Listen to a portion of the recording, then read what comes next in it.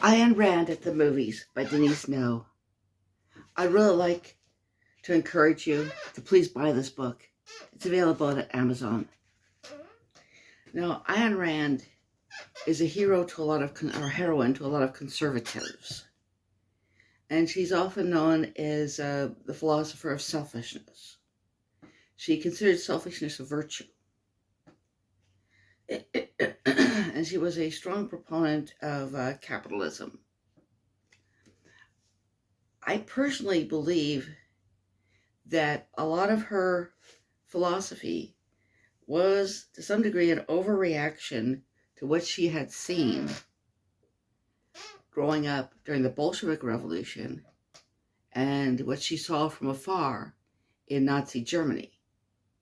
Both communist countries and Nazi or fascist countries put the group ahead of the individual and trample on individual rights. So she kind of went to another extreme. And this book is dedicated to a more nuanced understanding of Ayn Rand. You know, people tend to think of her as just this hard-nosed philosopher, you know, very serious. And so a lot of people think of her as kind of nasty. There was a lot more to Ayn Rand than that. One thing I talk about in this book, chapter 2, is finding her king on the King of Kings. She was working as an extra on the Cecil B. DeMille movie, The King of Kings. And her husband had a small bit part. His name was Frank O'Connor. And she put her leg out to make him trip so that he would talk to her. And he did become her king. They married, and she loved him very deeply until his death. Now, I read in National Review, somebody said kind of sarcastically that he was an easygoing marshmallow of a man whom